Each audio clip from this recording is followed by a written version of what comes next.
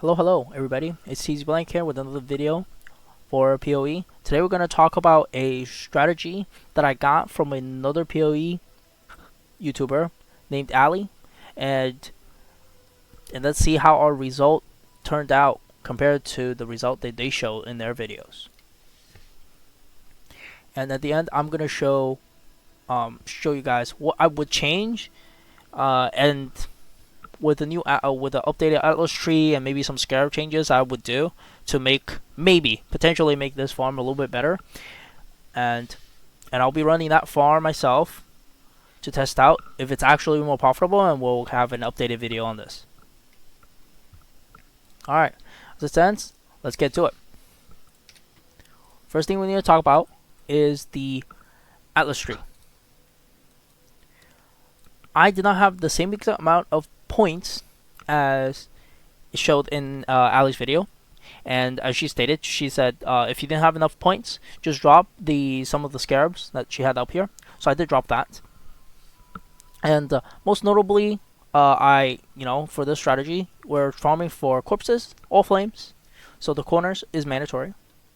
We also are farming Searing Edge Church, so we're gonna have the pack size as well as even more pack size over here on Searing Edge Church, and we're gonna run a Scarab that will increase influence pack size, which that means we're gonna have so much raw currency dropping from just the altars alone, and that will carry a lot of our profits as well. Third, we're gonna be getting heist. We're gonna have heist from the map device for 5C, which gives you 2 smuggler's cash, as well as 1 from the tree. This is on average and some chances, so we're gonna get like 4 to I would say usually I get 4 source smugglers per map, and each of them have the chance to drop a fully revealed blueprint, which each blueprint fully revealed is around 1 div each, which is a lot of profit. And by having Huck in our map following us, we're gonna have Huck gear, which grants us a haste, level 15 ace, which is just a free aura now you permanently have as you map. It's super nice. Then we're gonna take all of the map, most of the map nodes, and this is one of the things I think I would change. I'll probably add more map nodes onto this. I did not at least self-sustain my maps. I did 42, and I got, I believe, around 20 or so maps back.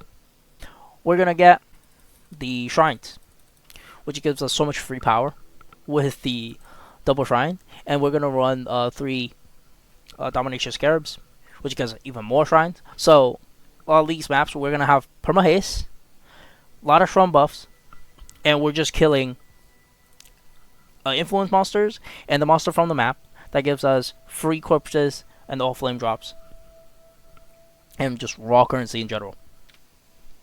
Alright, let's get into the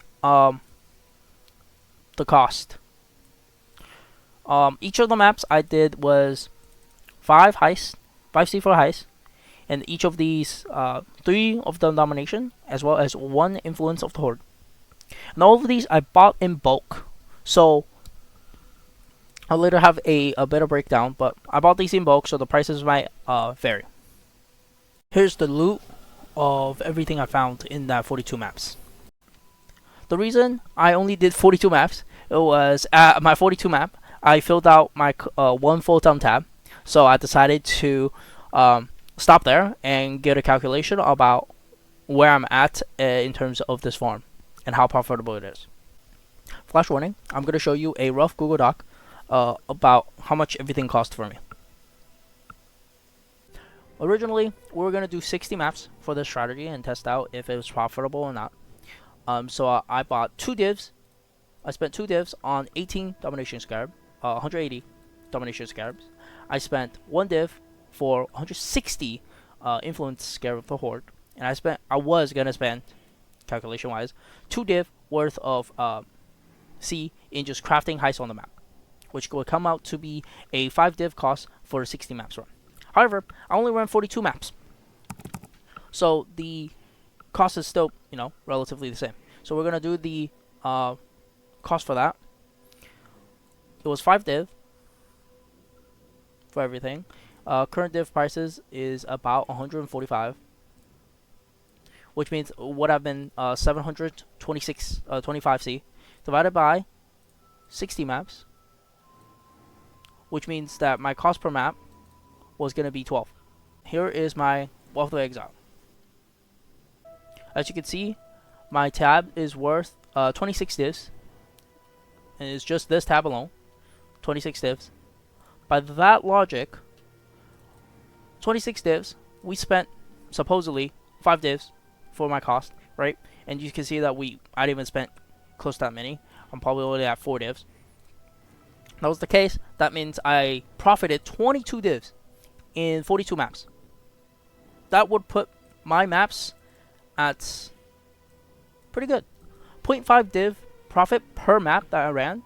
And for these maps, I was able to run them from between 2 minutes and 2 minutes and 30. So I'm going to overestimate it at 230 a map times 42 means would have been 100 divided by 60. This means I ran the maps in about an hour and 45 minutes. If you want to do an hour 75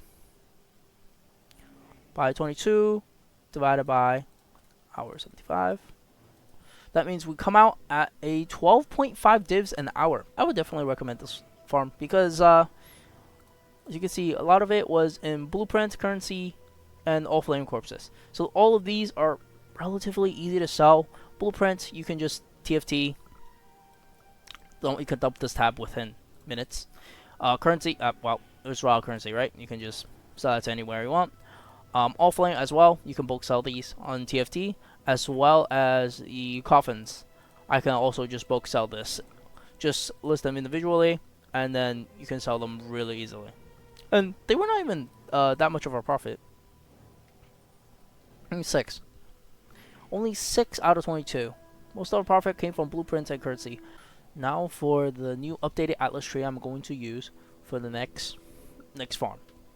We're going to have the same 4 corners with all the corpses and all flame. We're going to keep the red altars. They're still really like red altars.